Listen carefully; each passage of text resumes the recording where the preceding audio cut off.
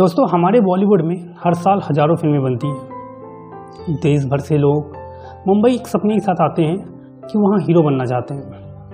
कई लोग फिल्मों में हीरो बन जाते हैं तो कई को विलन बनना अच्छा लगता है। हालांकि समय बदलता है और अब वैसी ही विलन वाली फिल्में नहीं बनती जैसे पहले बना करती थी। पहले विलन को देखकर लगता था यार ये तो वाकई बहुत खतरनाक आदमी है, पर आजकल विलन के रोल वैसे नहीं रह गए हैं जैसे पहले हुआ करते थे, जितने खतरनाक हुआ करते थे। अब चाहे आप शोले फिल्म के गब्बर को देख लो या चाइना गेट में जगीरा को, नरसिम्हा फिल्म में बाबजी बने ओमपुरी को देख लीजिए, या इन फिल्म इंडस्ट्रीज़ के हमारे बैड बॉय यानी कि गुलशन ग्रोवर जी को। उनका एक अलग ही रुतबा था। उनको देखने के बाद लगता था कि यार ये वाकई में खतरनाक आदमी है। लेकिन आजकल की फिल्मों में वैसा नहीं रह गया। आजकल हमारी फिल्में बनती हैं तो विलन को इतना खतरनाक नहीं दिखाया जाता है। दोस्तों, अगर विलन की बात हो रही है तो हम अपने फेवरेट विलन यानी कि अमरीश पुरी को कैसे भूल सकते हैं। अमरीश पुरी एक ऐसी शख्सियत है जो विलन के साथ साथ हर रोल में एकदम फिट बैठते हैं। अपनी दमदार आवाज़ और शानदार पर्सनैलिटी से अमरीश पुरी जी ने बॉलीवुड में एक अलग ही जगह बनाई है। फिल्म मिस्टर इंडिया में उनके द्वारा निभाया गया मोगेम्बो का किरदार भला कौन भूल सकता है। और उनका वो फेवरेट डायलॉग तो आपको याद ही होगा,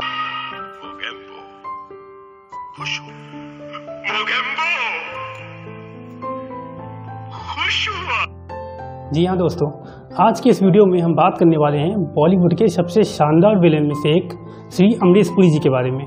तो नमस्कार दोस्तों, मेरा नाम है प्रमोद और स्वागत है आपका द लीजेंड में। दोस्तों, हिंदी सिनेमा के मशहूर खलनायक स्वर्गीय श्री अमरीश पुरी जी किसी परिचय के मोहताज नहीं है। उन्होंने जिस भी किरदार को निभाया वह लोगों के दिलों में बैठ गया। अगर लोगों ने उन्हें मिस्टर इंडिया में मोगेम्बो के रूप में देखकर उनसे नफरत की है तो दिल वाली दुल्हनिया ले जाएंगे फिल्म में सिमरन के पिता के रूप में उन्हें प्यार भी दिया है। फिल्म करण अर्जुन में ठाकुर दुर्जन सिंह बनकर अपनी दहशत फैलाई तो घातक में सनी देओल के पिता बनकर सबके दिलों को छू लिया।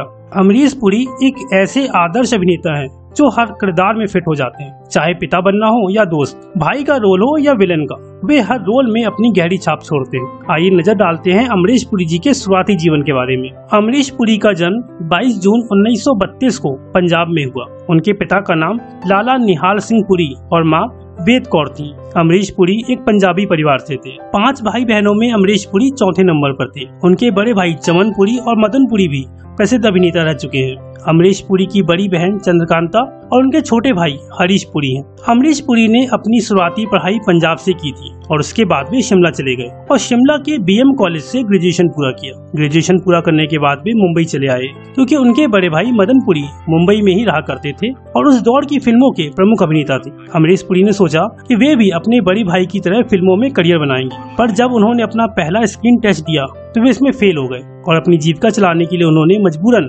कर्मचारी राज्य बीमा निगम श्रम और रोजगार मंत्रालय यानी कि ESIC में कार्य करना शुरू कर दिया। हालांकि सरकारी नौकरी के होने के बावजूद भी अमरीश पुरी का मन उसमें नहीं लगता। यहाँ के काम काज छोड़कर मुंबई नहीं जाऊंगा।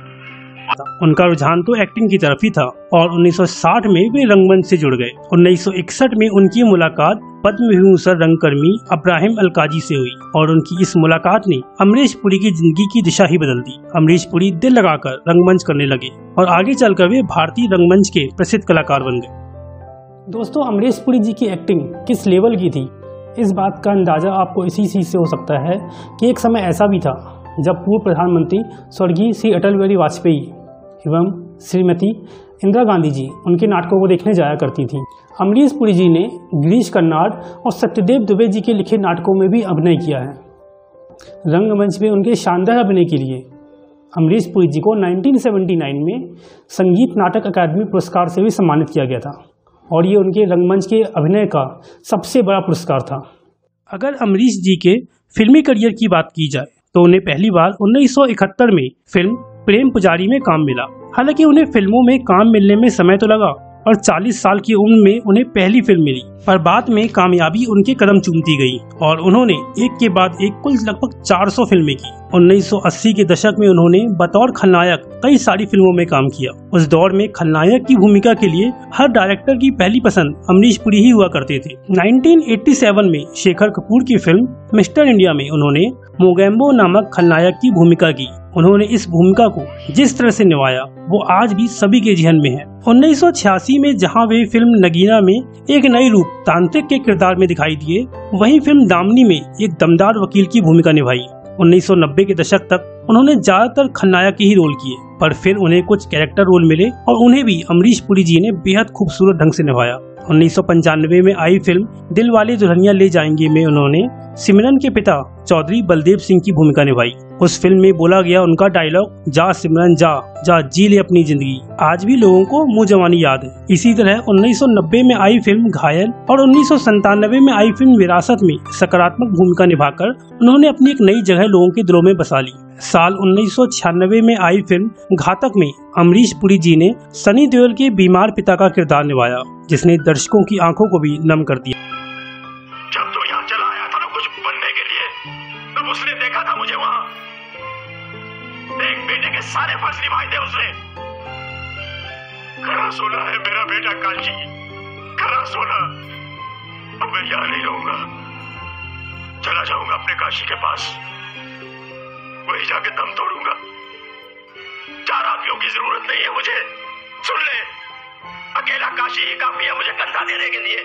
दोस्तों, अमरीश पुरी ने हिंदी के अलावा कन्नड़, पंजाबी, मलयालम, तेलुगु और तमिल फिल्मों में भी काम किया है। इसके साथ ही वे हॉलीवुड फिल्मों में भी नजर आए। 1984 में अमरीश पुरी ने जुरासिक पार्क जैसी फिल्म बना चुके फिल्म डायरेक्टर स्टीवन स्पीलबर्ग के साथ भी काम किया। पुरी साहब ने स्टीवन स्पीलबर्ग की मशहूर film Indiana Jones and the Temple of Doom में खलनायक के रूप में मां काली के भक्त का किरदार निभाया था। दोस्तों, अमरीश पुरी जी ने एक से बढ़कर एक सुपरहिट फिल्मों में काम किया है, जिसमें निशान, मंथन, गांधी, मंडी, कुली, मेरी जंग, दीवाना, राम लखन, बादशाह, नायक, फूल और कांटे, करण अर्जुन, कोयला, ऐतराज और ना जाने कितनी ही ढेरों फिल्में हैं। पर बात अगर अमरीश पुरी की हो और अशरफ अली का जिक्र ना हो, ऐसा कैसे हो सकता है? जी हाँ, 2001 में आई फिल्म गदर एक प्रेम कथा में अमरीश पुरी ने एक बार फिर खलनायक की भूमिका निभाई, जिसमें वे पाकिस्तान के